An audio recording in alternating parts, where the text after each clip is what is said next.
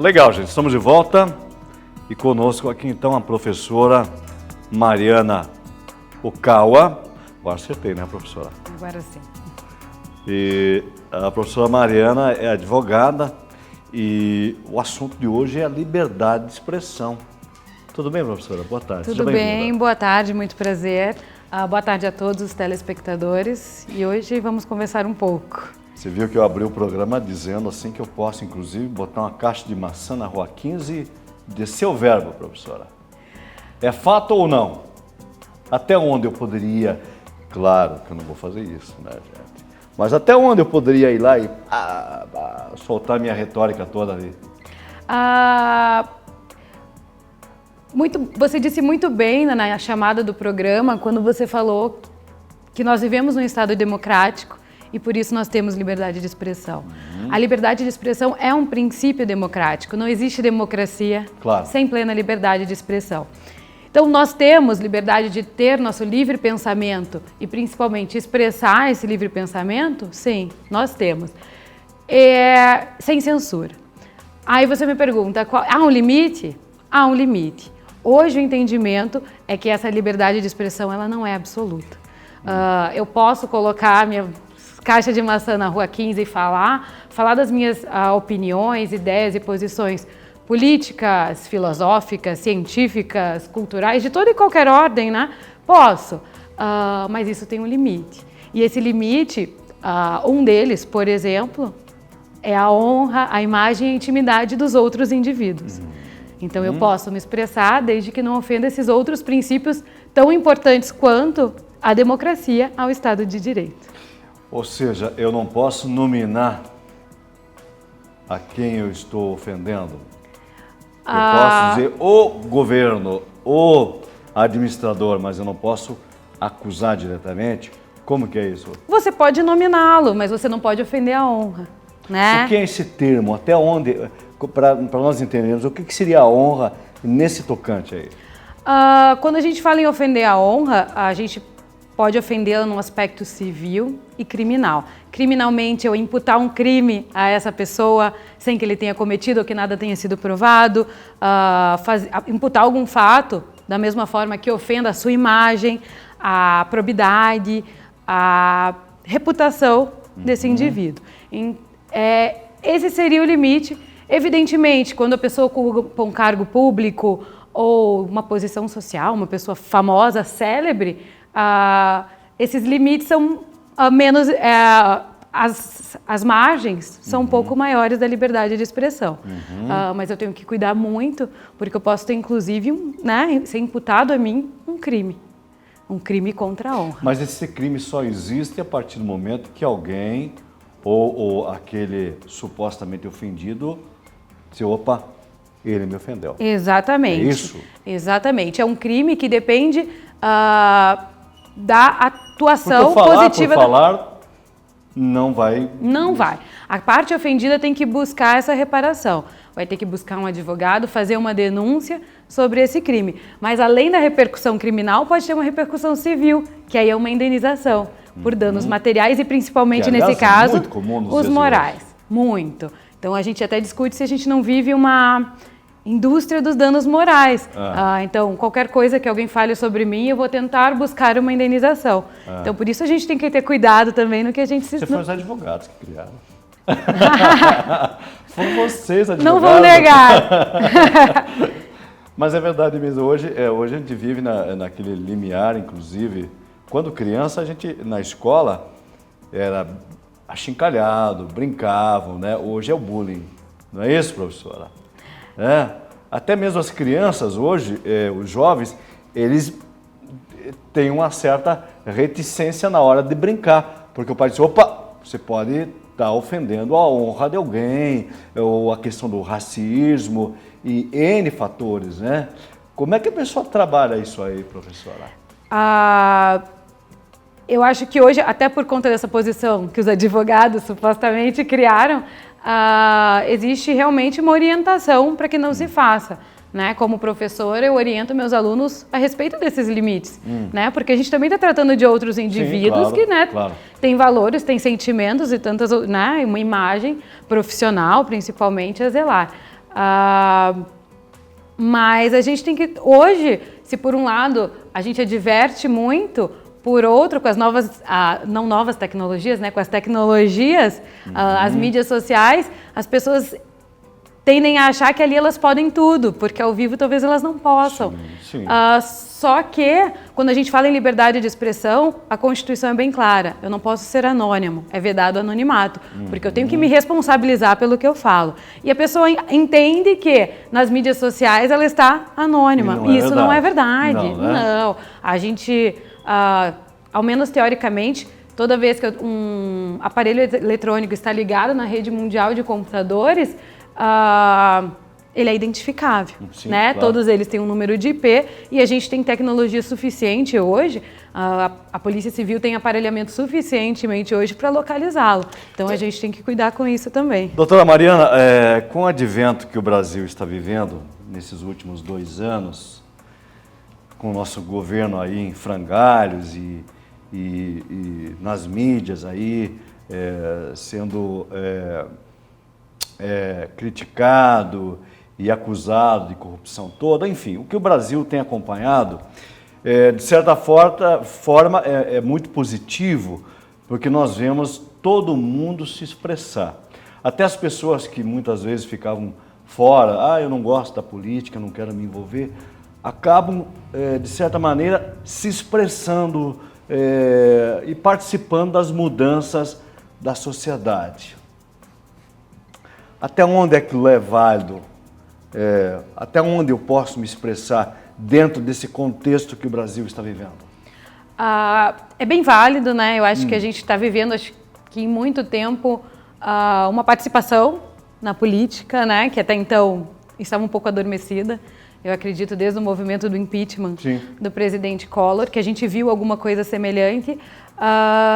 E todas as pessoas estão se manifestando. Então elas encontraram voz nas redes sociais. Se por um lado isso é muito bom, porque é um exercício da cidadania, né? Sim, a liberdade claro. de expressão, você expressar os seus pensamentos políticos, as suas posições políticas. Por outro, a gente tem criado um problema que é o não aceite, né? A recriminação da expressão do outro. Então, uma das coisas que nós temos que observar é assim, bom, nós temos direitos de nos expressar, e aquele que é contrário à nossa posição política, também. Né? Então, eu não posso agredi-lo, eu não posso ofendê-lo por causa disso. Inclusive, eu tenho que respeitar e, na minha opinião, entender que é muito bom a pessoa que tem um pensamento político totalmente diferente do meu poder se expressar, porque isso significa o quê? Que nós temos um Estado efetivamente democrático. O grande problema é que nós estamos nos tornando, como eu posso dizer, pessoas que não aceitam opinião contrária, né? Inclusive partindo pratos de violência física, né? O que é um absurdo, né? Bom, claro, isso não é válido, evidentemente. Mas o que a lei fala sobre críticas para a internet? Posso criticar, né? Vamos sair até do âmbito político, porque é um momento de muita turbulência no Brasil com relação a esse tema. Mas saindo do âmbito político, do âmbito corrupção, o cotidiano, a pessoa criticar, é muito comum entre os jovens isso, infelizmente, o bullying através das redes sociais, achincalhar, criticar. O que a lei fala a respeito dessa forma de se expressar através das redes sociais? Especificamente nesse exemplo que você deu, não posso. Ponto. Eu não posso usar uma rede social, criar uma página em Facebook, um blog ou qualquer coisa, com o único objetivo de ferir a honra, a imagem de uma pessoa, criticando-a gratuitamente por seus atributos físicos, raciais, religiosos. Isso não posso, né? Então eu posso ter uma punição civil, posso ter que indenizá-la, e também criminal. Agora, por exemplo, o que é comum, que nós temos visto, usar as redes para fazer alguma crítica sobre um estabelecimento comercial. Então, fui até um restaurante, não fui muito bem atendido, eu não gostei do serviço. Posso. obviamente com comedimento. Então a gente tem que pensar numa razoabilidade desse direito de expressar, sem ofender a honra das pessoas envolvidas, do empresário, da empresa, mas explicando o que aconteceu. Eu posso? Claro que eu posso. O que eu não posso é abusar do meu direito de me manifestar. Ok. Porque o abuso do direito, ele é contrário à lei. E ele dá um direito de resposta. Dá um direito de resposta. Ele dá um direito para o acusado, ou recriminado, ou reprimido, ou criticado, ele dá o direito da pessoa também se responder. Então, além de toda a questão da sanção civil, né, com as indenizações, a sanção criminal, e você vai responder efetivamente a um processo criminal, a Constituição prevê o direito de resposta. Então, por exemplo, se eu uso um jornal, né, o jornal para ofender a honra de alguém, essa pessoa terá o direito de resposta da mesma forma, no mesmo jornal, do mesmo tamanho, na mesma proporção. Na televisão, da mesma forma. Então, também é uma forma de tentar recompor aquela imagem, aquela moral. As redes sociais, ela também tem a questão da exposição da figura, né? De fotos, enfim, aquela polêmica toda. O que a lei fala a respeito de quem posta uma foto de um outro indevidamente, sem a sua autorização? Ok, aí a gente entra na esfera do direito de imagem. E da mesma forma, eu não posso expor a imagem de ninguém, publicar sem autorização a imagem de ninguém. Então, quando eu estou numa rede social e eu quero postar uma foto minha, se eu for olhar aqueles termos da rede social, vai estar lá. Estou cedendo meus direitos de imagem de certa forma. Agora, quando eu faço isso com a foto de outra pessoa, sim, eu estou violando o direito dela, a imagem dela. Cada pessoa tem o direito à sua própria imagem. O que a lei fala sobre o direito de imprensa? A ideia de liberdade de imprensa... Até onde? O que a imprensa pode falar ou não? Muitas vezes a gente vê o acusado dizer, não, a imprensa é marrom, a imprensa é esquerda ou é direita, quer derrubar o governo, enfim. Afinal, o que a Constituição permite à imprensa, especificamente brasileira, divulgar? A imprensa é livre, né? Essa ideia de liberdade de expressão, ela é diretamente relacionada à atividade de imprensa. Então, a imprensa tem o dever de informar e as pessoas têm o direito de receber essa informação. E a imprensa também é livre para se posicionar politicamente. Por que não? Desde que não ofendendo, como a gente falou, honra, imagem, vida privada, ela pode sim. No Brasil ainda não é muito comum os meios de imprensa se declararem politicamente favoráveis. A gente percebe pelo posicionamento. Mas em outros países a gente sabe claramente que o jornal é de direita ou de esquerda, de um partido ou de outro. Bom, isso não é errado. No tocante da imprensa, muitas vezes não se posiciona porque existe um interesse financeiro. Claro. Né? O repasse de verba da mídia do governo, então de repente uma determinada emissora recebe lá, ela não quer se posicionar claramente porque ela pode sofrer retaliações, não tem o repasse de verba, né?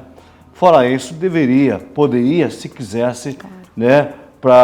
Porque é uma forma de você formar opinião pública.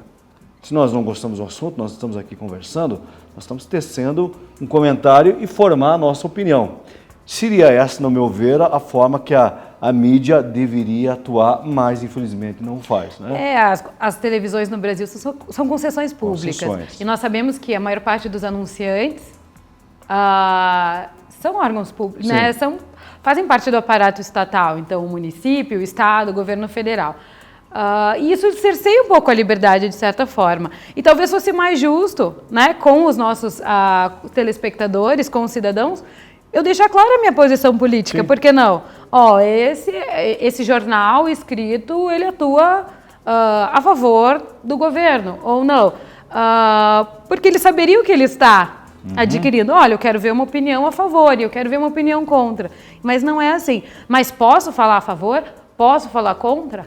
Posso. A liberdade de imprensa, ela tem que ser muito valorizada. Não pode existir censura prévia. E essa é uma regra prevista na Constituição. Não existe censura prévia. Posso falar. Se eu ofender a honra, eu vou me responsabilizar. Mas eu devo isso falar. Isso é o que diz a Constituição. Mas na prática a gente sabe que a imprensa sofre N retaliações no Brasil e várias tentativas da mordaça, né, professora? Infelizmente. Existe uma ONG, salvo engano, o nome dela é Artigo 19, e ela fala somente sobre violações dos direitos de liberdade de imprensa. E a gente vê, né, recentemente a gente teve um radialista que foi morto aqui no interior do Paraná. Sim. O que a lei diz, às vezes não condiz com a realidade, e é um dos casos, né? Então a gente tem que brigar para cada vez mais ser livre. Né? E isso eu falo muito para os meus alunos, principalmente. Então vamos respeitar o veículo de imprensa que é a favor do governo e vamos respeitar o que é contra, porque a gente precisa das duas opiniões para a gente crescer, para evoluir. Todo mundo tem o direito de se expressar. Absorver as informações e a pessoa, ela tentar de alguma forma formar sua própria opinião. O ponto e o contraponto são necessários para a gente criar um conhecimento, uma opinião fundamentada, não? O brasileiro sabe se expressar, as suas ideias, seus pensamentos, tem medo. O que você vê aí? Você dá aula, qual é a faixa etária dos teus alunos? Os meus alunos, a grande maioria deles tem entre 17 e 20 anos de idade. Ok, é o estudante universitário. É o estudante universitário que já nasceu no meio tecnológico, certo. Né? Não foi como eu que tive que me adaptar, como a gente. Sim. Né? Ele já nasceu, mas eu acredito que eles ainda tenham essa ideia equivocada do anonimato por trás das mídias sociais. Então, eles têm, não é uma dificuldade de se expressar, mas uma dificuldade de estabelecer certos limites à sua forma de expressão. É isso que eu vejo na prática. Então, eles acreditam que ali eles estão livres, dentro da rede social eles podem dizer o que eles querem, e falar mal, e xingar, e ofender a honra, e criar uma página, falar mal do colega, falar mal do amigo, manda fotos da namorada para o outro, e não é bem assim. Então, né? Basta ali um print screen, que ali vira uma prova do crime. Vira uma prova. Né? É claro que a lei estabelece lá a necessidade de eu fazer uma ata notarial disso, mas uma conversa num celular, ela pode ser prova em relação a um crime? Pode sim. Hoje a internet claro, sem dúvida é fabulosa, mas ela é um canal que ela serviu como um muro ali das lamentações, né? Fala-se, derruba-se, conversa-se, né? E é aquilo que você falou, tem que tomar muito cuidado porque anônimo ali ninguém é. Não é, eu falo, use com moderação. Como tudo, a gente tem que ter moderação e pensar. Se eu, na sua presença, não vou te ofender a sua honra, não vou expor você, a sua imagem, a sua intimidade, a sua vida privada, por que pela internet eu faria?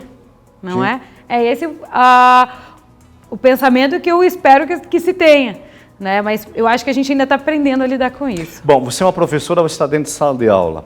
A liberdade de expressão dentro de uma sala de aula, um professor pode, segundo a lei, expor os seus pensamentos, sejam eles, se bem que hoje não existe mais aquela questão de direita ou esquerda, né?